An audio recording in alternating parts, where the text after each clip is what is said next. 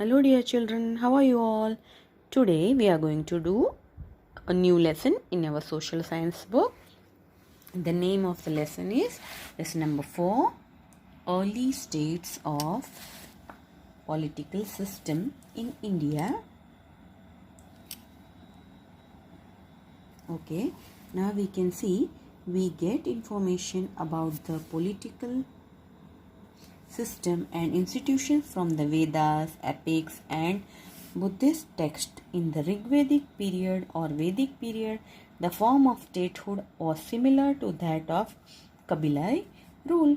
Its head was called Rajanya, who was to be elected. Political organizations like Sabha and Samiti existed. This community was also called Vish. Afterwards, different types of political systems were implemented in India. अभी हमको ये political system और institution की information हमको वेदास और epics में से और बुद्धिस्ट टेक्स्ट में से मिलता है.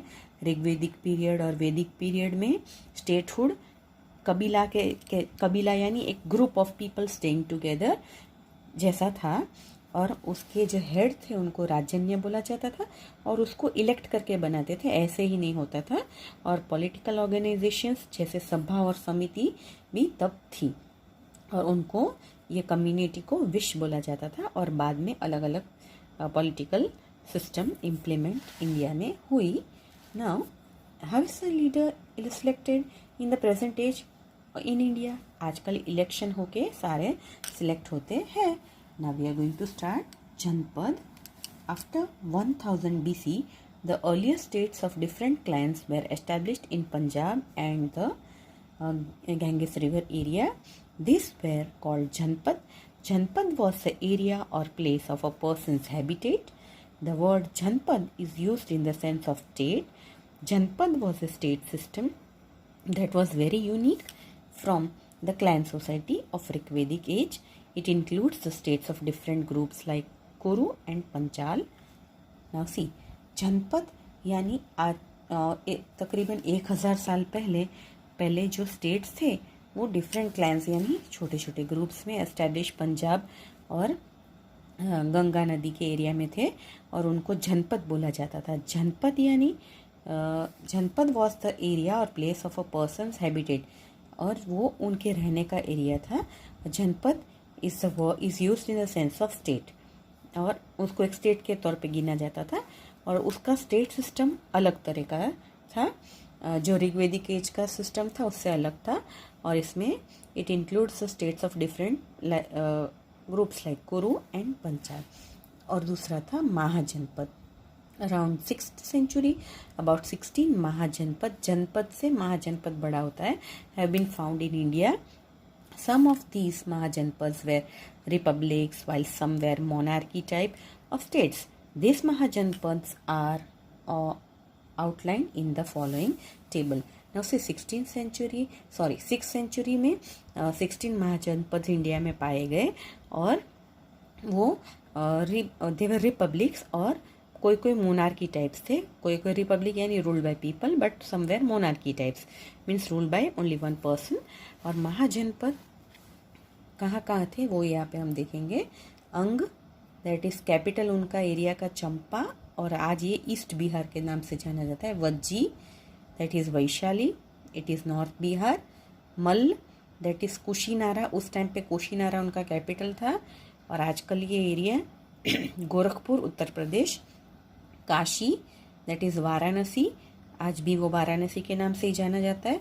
Magadh that is Girivraj, Rajgiri that is south Bihar. Then Kosal that is Shravasti and Ayodhya, today it is Awadh. Then Vatsa 7th number, Kaushambi and areas near Prayagraj Uttar Pradesh. Chedi Suktimati capital, region between Yamuna and Narmada that is central India यानी सेंट्रल एरिया यानी मध्य प्रदेश के आजू बाजू का area. Panchal that is Ahichchhatra. Kampilya that is the area Budaun near Bareilly. Sursen that is Mathura, region near Mathura, आज भी मथुरा के आसपास का area. Kuru that is Indraprastha. Region near Delhi and Meerut, Assam का पौद्यन्य और गोदावरी रिवर के आसपास का area. Then 13 number Avanti, that is Ujjaini, that is region of Malwa. Matsya, that is Viratnagar, region near Jaipur Rajasthan. Gandhar, Takshashila, आज पेशावर और Rawalpindi, that is Pakistan. Kamboj, Lajpur, and region near southwest Kashmir. So these are the 16 Mahajanpads. According to the book Angautra Nikaya, written in Pali language, there were 16 Mahajanpads in post-Vedic period. Some of the important tribes are shown in the map. Here you can see in the map, this is a map, and here it is written Mahajanpad and town. The red dotted part, that is all ancient India, and line and dot, that is current boundary of India. तो ये जो आप सब देख रहे हो red dots वाला, that is all, see these are rivers Kaveri, Krishna, Godavari. Here is Pratishthan, Bhrigu Kutch, Narmada is a river again, Chedi, Vatsa, Magad, Tamralipti, Ang, Patliputra, Kashi. ये सारे जो 16 महाजनपद है वो, and these are Ganga and all are rivers. Okay, so you can see when you get time, you sit and see this map. Okay, now we are on page number 19. Here you can see monarchy, that is state system. The state in which the king was chief was called monarchy, and among the Mahajanpads of this time there was a competition for power, which mainly consisted of 4 powerful states: Magad, Kosal, Vatsa, Avanti, in which Magad eventually became famous as powerful state. अभी monarchy क्या है कि जो state जिसमें राजा main होता है और उसी का रूल होता है उसको मोनार्की बोलते हैं। और जनपद में उस टाइम पे 4 लोग स्टेट्स के बीच में कंपटीशन होता था कि ये अच्छा है, ये तो देवर मगध, कोसल, वत्स एंड अवंती, और उसमें बाद में मगध पावरफुल बन गया था। Now Magadh at the time of Buddha in monarchy states, Magadh became powerful mahajanapada. 3 powerful dynasties ruled over Magad. They are Haryanka dynasty, Naga dynasty and the Nanda dynasty. अभी मगध में जो गौतम बुद्ध के टाइम पे ऐसा बताया जाता है कि मगध बहुत पावरफुल जनपद था, महाजनपद, और उसमें अलग अलग 3 पावरफुल डायनेस्टीज थी जो जिनके नाम थे हरियंका, नाग और Nanda. Now we will see one by one. Bimbisar was the founder of this dynasty. Headquarter or capital Magad was Rajgir, Girivraj, which was established situated on the bank of Ganga and Son river.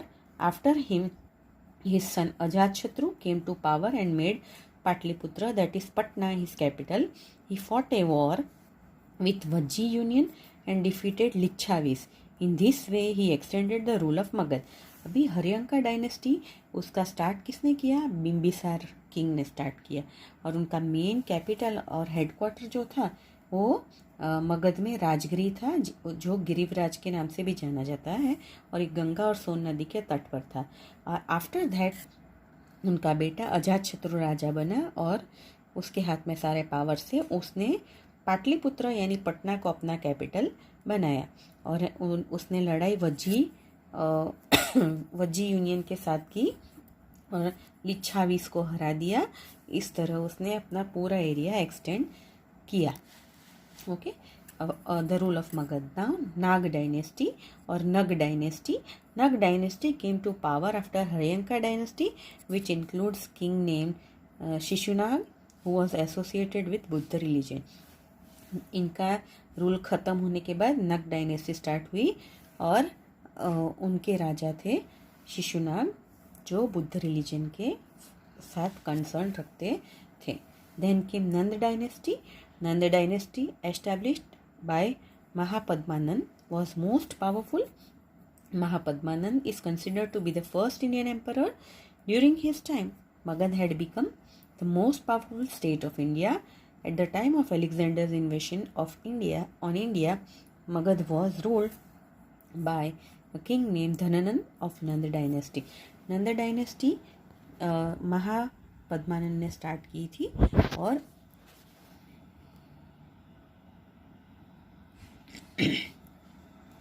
और वो बहुत Indian, ऐसा माना जाता है कि वो India के पहले एम्परर थे और उसी टाइम पे मगध एकदम पावरफुल स्टेट बन गया था और तब अलेक्जेंडर ने अटैक किया था और तब मगध के रूलर्स जो के धनानंद थे वो नंद डायनेस्टी के थे.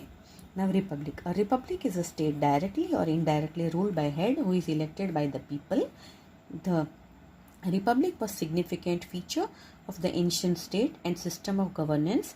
The common meaning of Gana is mass. A state run by more than one member can be called republic. At this time, there were some states in which the king was chosen by the people. Such a state was called republic. There were republics of Lichavi, of Vaishali, Shakya of Kapilavastu, Videha of Mithila, Mal of Kushinara, etc. In such a system of affairs, each member was given the status of king. अब इसके बाद आया Republic. जनपद, महाजनपद, सबके बाद क्या आता है? रिपब्लिक, यानी ruled by people. Republic is state directly और indirectly ruled by the head who is elected by the people. यानी हम जिसको वोट करके आगे लाते हैं वही होता है और वही हमारे लिए काम करता है. रिपब्लिक जो उसका सिग्निफिकेंट फीचर क्या है कि उनका काम करने का तरीका. और द कॉमन मीनिंग, और उसका मीनिंग क्या है? गण मीन्स मास, गणराज्य यानी लोगों से बना हुआ राज्य. A state run by more than one member can be called Republic. एक का राज नहीं चलता, सबका मिलजुल के काम करना पड़ता है और लोग उसको चूज़ करते हैं और फिर बनाते हैं और उस ऐसे स्टेट को रिपब्लिक बोला जाता है. जैसे कि उस टाइम पे लिच्छावी, वैशाली का, शाक्य कपिलवस्तु का, विदेह मिथिला का, मल्ल कुशिनारा का वगैरह सारे रिपब्लिक्स थे. And this in each such a system of affairs, each member was given the status of a king. Now know this, Gana word was used for group of many members. Gana means organization of group. Gana means पूरे लोगों का एक group जो साथ में मिलकर काम करता है. और संघ means organization और assembly. Now वैशाली और वज्जी स्टेट.